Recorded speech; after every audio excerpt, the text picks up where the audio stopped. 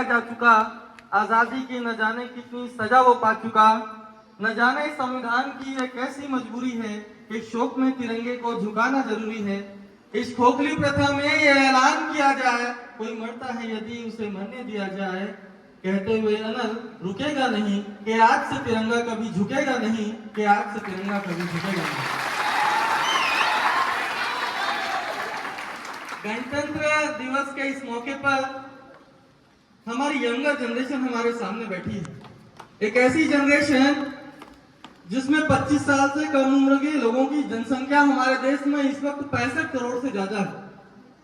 Dear friends, छोटे भाई बहन, हमें एक लंबी दूरी तय करना है, हमें भारत को फिर से विश्व गुरु बनाना है। बहुत सारी चीजों में हम प्रगति कर रहे हैं, दिनों दिन प्रगति कर रहे हैं और करते जाएंगे, लेकिन कुछ एक ऐसी चीजें हैं जिनमें हमें बहुत सारा काम करना है। हमें एजुकेशन में काम करना है, हमें हेल्थ में काम करना है, हमें गरीबी के लिए काम करना है, हमें भुखमरी के लिए काम करना है, हमें कुपोषण या मॉल न्यूट्रिशन के लिए काम करना है। ये गणतंत्र हम युवाओं के लिए मैसेज लेके आया है, जिनकी नसों में इतना उबाल है कि हम भारत का नक्शा बदल सकते हैं, दुनिया का नक्शा बदल सकते हैं। इसी स्थिति में कुछ साल पहले चीन था जो दिनों दिन प्रगति कर रहा है, हम भी प्रगति कर रहे हैं और करते जाएंगे। गणतंत्र है क्या, या हमें गणतंत्र से क्या मिला, देश के आजाद होने से क्या मिला, डेमोक्रेसी क्या है, ये हमें तब समझ आएगी जब हम उस युग की कल्पना करें, हम उस समय को सोचें जब हमारा देश गुलाम था। कल्पना करिए, आज आप क्लर्क से लेकर कलेक्टर का फॉर्म भर सकते हैं। सोचिए, एक व्यक्ति 1872 में 1872 में जिसे आईसीएच में सेलेक्ट होना था, इंडियन सिविल सर्विस को उस टाइम में कुछ दूसरे नाम से बोला जाता था, उसने रिटन एग्जाम क्वालिफाई किया इंग्लिश में, जो उन्हें नहीं आती थी। कोशिश की, उन्होंने रिटन क्वालिफाई किया। अंग्रेजों को लेना नहीं था उनको अंदर, अब उन्होंने बोले आपको इंटरव्यू इंग्लैंड में देना पड़ेगा। जैसे तैसे पैसे जुटाकर वो इंग्लैंड गए। इंग्लैंड जाने के बाद उन्होंने इंटरव्यू दिया। वे जितने कम मार्क्स उनको दे सकते थे, उन्होंने कम मार्क्स दिए, फिर भी उनके मार्क्स इतने थे कि उन्हें क्वालिफाई कर दिया जाने लगा। फिर भी इनको तो बाहर करना था। अब बोले आपको स्विमिंग आती है, तैर के दिखाइए। वो तैर के दिखाए। बोले आपको बोलने आता है, आप इंग्लिश में स्पीच दे के दिखाइए। उन्होंने बोल के दिखाया। उन्होंने बोला कि आपको रनिंग आती है, उन्होंने दौड़ के दिखाया। लास्ट में उन्होंने बोला कि आपको घुड़सवारी आती है, घुड़सवारी वो नहीं जानते थे, हॉर्स राइडिंग में नहीं जानते थे, और उन्हें बाहर कर दिया गया। सोचिए, उस समय में जब लोगों को इतनी अपॉर्चुनिटी नहीं थी, आज हमारे पास किस चीज की कमी है। हम किस्मत को रोते हैं कि हमारे पास ये नहीं है, हमारे पास वो नहीं है। आज रायपुर में हम बैठे हैं, 5G की सर्विस ले रहे हैं। आप कल्पना कीजिए उस बच्चे का जो अबूझमाड़ में बैठा है, जो चींटियों का अचार खा रहा है, जिसे ये नहीं पता कि 2G, 3G, 4G, 5G होता क्या है, जिसके पास ऑनलाइन पढ़ने के लिए कोई माध्यम नहीं है, जिसके पास जाने के लिए ना कार है, ना कोई सार्वजनिक परिवहन की मीडियम है। हम कल्पना करें कि वैसे लोग जो कभी अंग्रेजों के गुलाम हुआ करते थे, हम आज किस स्थिति पे हैं, और तब हम अपने देश को गर्व से देख पाएंगे। संविधान बना कैसे? धीरे धीरे धीरे हमने बहुत सारी मेहनत की। हम हिस्ट्री पे नहीं जाना चाहते कि कैसे हमारी गुप्ता डायनेस्टी हुई, उसके बाद कैसे महमूद गजनवी आया, मोहम्मद गौरी आया, पृथ्वीराज चौहान जीते फिर हार गए, दिल्ली डायनेस्टी आई। बहुत सारे वंशों के बारे में आप जानते हैं। हम बोलना चालू करेंगे तो 5-6 बज जाएगा शाम का। इसके अलावा उसके बाद फिर बाबर, हुमायूं, ये हम रटी रटाई विद्या पढ़े हुए हैं। अंग्रेजों से हम स्टार्ट करते हैं, उसके बाद धीरे धीरे हमें हमारा संविधान जो बनना चालू हुआ। लगभग 13 हमारी कमिटीज बनी, 399 मेंबर्स थे। लगभग 60 देशों का संविधान हमने खंगाला। याद करें हम उन क्रांतिकारियों का जिन्होंने देश की आजादी के लिए अपने जान दी। भगत सिंह की हम बात करते हैं, 23 साल का वो नौजवान। हमारी उम्र में हम क्या सोचते हैं, एक बढ़िया से नौकरी मिल जाए, एक बढ़िया से छोकरी मिल जाए, बढ़िया से हाथ में हाथ लेके मरीन ड्राइव पे घूमेंगे, एक छोटा सा बच्चा होगा, उसके लिए बीमा करेंगे, इंश्योरेंस करेंगे, पैसे जमा करेंगे, बच्चा बड़ा होगा, कुछ अच्छा काम करेगा, धीरे धीरे डायबिटीज, शुगर, और ऐसा करते करते बेड पे और जिंदगी खत्म। लेकिन उस 23 साल के भगत सिंह ने क्या सोचा कि मेरी शादी होगी तो आजादी से होगी, और हंसते हंसते वो 23 साल की उम्र में फांसी पे झूल गया। चाहते, उनकी भी इंग्लिश अच्छी थी, वो भी पढ़े लिखे थे। उनकी डायरी कभी आप यूट्यूब पे सर्च कीजिएगा, वो कैसे लिखते थे। अच्छे अच्छे प्रिंटिंग नोट्स आज वैसे सुंदर नहीं दिखते जैसा भगत सिंह लिखा करते थे। विचारधाराएं भले अलग हो सकती थी, लेकिन भगत सिंह आज भी हमारे दिलों में जिंदा है और जिंदा रहेंगे। महात्मा गांधी, भगत सिंह और महात्मा गांधी दोनों कॉन्ट्राडिक्टरी हैं। थोड़े से उनके विचारों में हम फर्क देखते हैं। एक को हम थोड़ा सा हिंसा की तरफ देखते हैं और महात्मा गांधी को अहिंसा की पुजारी मानते हैं। दोनों के साथ ही अलग थे, लेकिन उनके जो साधन थे या साधन उनके अलग थे, साध्य मतलब जो उनका टारगेट था वो भारत की आजादी थी। महात्मा गांधी को हमने जितनी गाली देनी थी हमने दे दी, क्योंकि हम व्हाट्सएप यूनिवर्सिटी पे पढ़ते हैं, जो घिसा पिटा मैसेज हमारे पास आता है हम उसी को रिपीट मार लेते हैं कि गांधी जी ने ये नहीं किया, गांधी जी ने वो किया। कल्पना कीजिए कि अल्बर्ट आइंस्टीन ने कभी कहा कि कुछ सालों बाद दुनिया ये यकीन नहीं करेगी कि हाड़ मांस के पुतले वाला कोई मोहनदास करमचंद गांधी इस दुनिया पे पैदा हुआ था। 1915 में हमारे पास जब लीडरशिप का काल था, महात्मा गांधी आए।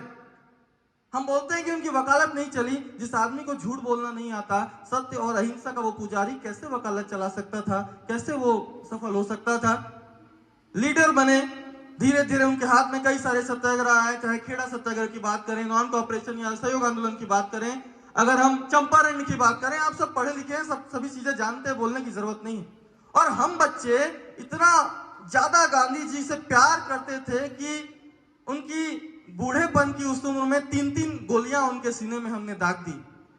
15 अगस्त 1947 की रात को जब सारा देश आजादी के जश्न में डूबा हुआ था, वो व्यक्ति बंगाल में जब सांप्रदायिक दंगे हो रहे थे वहां पे बैठकर लोगों के आंसू पोंछ रहा था। महात्मा गांधी को हम याद करें, भगत सिंह को याद करें, चंद्रशेखर आजाद को याद करें, 15 साल की उम्र में फांसी पे झूल जाने वाले खुदीराम बोस को याद करें। जब उनको हम याद करेंगे तब हमें इस गणतंत्र की महत्ता समझ में आएगी।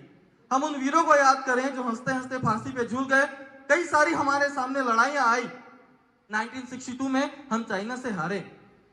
उस टाइम में जब हरित क्रांति, ग्रीन रिवॉल्यूशन 1966 में नहीं आया था, हम कौन सा गेहूं खाते थे? हमको सैन फ्रांसिस्को का, अमेरिका से वो गेहूं इंपोर्ट करना पड़ता था जो वहां पे जानवर खाते थे। एक टाइम ऐसा था जब हमारे पास कुछ नहीं था। आज देश धीरे धीरे तरक्की कर रहा है।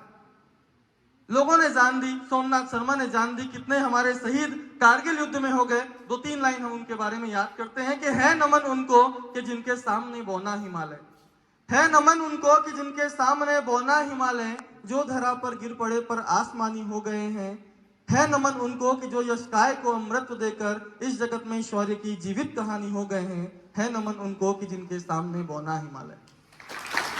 किस्मत की हम बात करते हैं कि हमारी किस्मत बेकार है, हमारी किस्मत ऐसी है, हमारी किस्मत वैसी है। अगर हमें एक टाइम का खाना मिल पा रहा है तो हम दुनिया के 50% आबादी से ज्यादा खुश हैं। आप कभी यूट्यूब में सर्च मारिएगा कि चाड में, घाना में, सूडान में, अफ्रीका में लोग कैसे जीते हैं। उनको एक टाइम का भोजन नसीब नहीं, उनको पीने का पानी नसीब नहीं। जोहानसबर्ग जैसा शहर जीरो कट हो चुका है, वहां पे पानी की बहुत ज्यादा समस्या है। हमें पीने का पानी मिल रहा है, हमारे माँ बाप ने हमें पैसे भेजे, वो हमको पढ़ा पा रहे हैं। कैसे पढ़ा पा रहे हैं ये आप भी जानते हैं।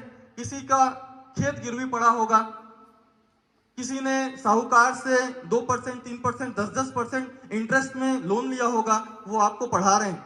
तो हमारी भी ड्यूटी बनती है कि हम उनके लिए कुछ करें। हमारे जीते जी अगर माँ बाप को हमारे कारण संतुष्टि होती है, अगर उनका सिर ऊपर होता है, तो निश्चित रूप से ये हमारे लिए बहुत अच्छी चीज होगी। संविधान में बहुत सारी चीजें लिखी हुई है, हमारे पास समय का अभाव है। सॉवरेन कंट्री, अखंड भारत, कश्मीर से लेकर कन्याकुमारी तक भारत एक है। हमने ऐसा संविधान बनाया जो कभी यूनिटरी हो जाता है, कभी फेडरल हो जाता है, कभी एकात्मक की तरह बिहेव करता है, कभी संघात्मक बिहेव करता है। बात परमाणु की जाए, अगर परमाणु एनर्जी की बात की जाए और राज्यों को अधिकार दे दिया जाता, हर राज्य बोलता मैं भी परमाणु बम फोड़ूंगा। तो इस पावर को संविधानकर्ताओं ने सेंट्रल के पास रखा, केंद्र के पास रखा। परमाणु एनर्जी, रेलवेज, ये सारी चीजें उन्होंने केंद्र के हाथ में दी। अगर फेडरल सिस्टम की बात की जाए, लॉ एंड ऑर्डर, स्थानीय स्वशासन, पंचायती राज, ये सारी चीजें राज्य के हाथ में दी गई कि राज्य इनकी व्यवस्था करे। कितना खूबसूरत और कितना बेहतरीन हमारा संविधान। धर्मनिरपेक्ष, किसी भी धर्म को ना ज्यादा महत्व दिया जाएगा ना कम महत्व दिया जाएगा, सभी धर्मों का समान रूप से आदर किया जाएगा। आप कल्पना कीजिए, आप पैदा हुए होते पाकिस्तान में, जिसने बम बनाने के सिवा इन 70 सालों में कुछ नहीं किया। कल्पना कीजिए आप सीरिया में पैदा हुए होते, हम डीडीयू दिशा कॉलेज में ऐसा बैठे हुए होते और बाजू में मिसाइलें गिर रही होती, हम भागते होते कि हम मिसाइल से बच जाएं। कल्पना कीजिए उस सीरिया की, कल्पना कीजिए चाइना की। आज हमें कुछ दिक्कत होती है, हम यूनिवर्सिटी लेवल पे स्टूडेंट प्रोटेस्ट करते हैं। आप कल्पना कीजिए कि 3000 बच्चे चाइना में एक चौक पे जमा हुए कि एजुकेशन सिस्टम थोड़ा सा बदला जाए। हमारे यहाँ इंडिया में होता तो क्या होता? या तो आपका ज्ञापन लिया जाता, बातें सुनी जाती, कुछ तो आपको वैल्यू दी जाती। ठीक है, ज्ञापन लेते, उस पर अमल करते नहीं करते वो बात की बात थी, आपकी बातें सुनी जाती। ये हमारे संविधान की खूबसूरती है। उन 3000 बच्चों को जो चाइना पे उस चौक पे जमा हुए, चारों तरफ से बुलडोजर लाया गया और उन्हें कुचल दिया गया, उसके बाद से कभी वहां पे स्टूडेंट बोलने की हिम्मत नहीं करते। कल्पना कीजिए आप कभी चाइना में पैदा होते तो क्या होता, सीरिया में होते, पाकिस्तान में होते, इजराइल में होते।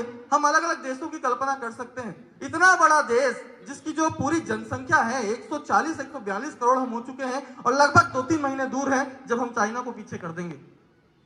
इतनी सारी हमारी जनसंख्या, सारा का सारा यूरोप की हम बात करते हैं, यूरोप ऐसा है, साफ सुथरा है। अरे सोचिए, जिस पूरे यूरोप की सारे जो नेशंस है उनकी जनसंख्या सिर्फ 65 करोड़ है, उतना तो हमारा 20-25 करोड़ तो यूपी है। अगर यूपी अगर हमारा अलग देश होता तो 5वां सबसे बड़ा देश होता पॉपुलेशन वाइज। इतने बड़े देश में हमने पोलियो को इरेडिकेट कर दिया। आज पोलियो के हमारे यहाँ केस नहीं होते। हमने मार्स पे भेजा, हमने मार्स मिशन भेजा, हमने दुनिया का इतना बड़ा वैक्सीनेशन प्रोग्राम किया। दुनिया आज हमारे गुण गाते नहीं थकती। उस कॉलेज में मैडम यूपीआई की बात कर रही थी। 4500 crore transaction per day India में होते हैं यूपीआई से, डिजिटल सिस्टम से। यूरोप वाले, यूरोपियन यूनियन वाले, बड़ी बड़ी कंट्रीज जो है हमसे यूपीआई मांग रही। हमने जो ऐप बनाया था, कौन सा ऐप था? कोविन ऐप।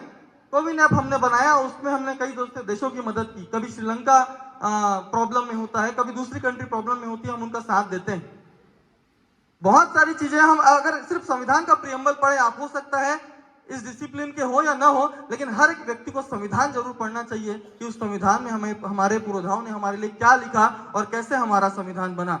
जब हम ये समझेंगे कि हमारा संविधान कैसे बना, कैसे लोगों ने मेहनत की होगी, किन किन चीजों को उन्होंने डाला, महिलाओं को अधिकार दिए हमने।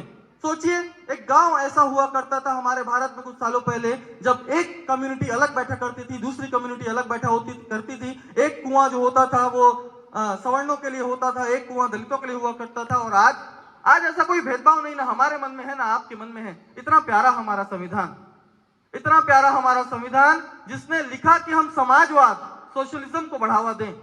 अमीरों को भी मौका दिया जाता है, पूंजीपतियों को, कैपिटलिज्म को भी हमने फॉलो किया, और हमने समाजवाद या सोशलिज्म को भी फॉलो किया कि हमने इतनी सारी स्कीम लाई बुजुर्गों के लिए, महिलाओं के लिए, बच्चों के लिए। 80 करोड़ लोगों को अभी अन्न योजना से जोड़ा गया, जिन्हें हम कई सालों से फ्री में अनाज देंगे।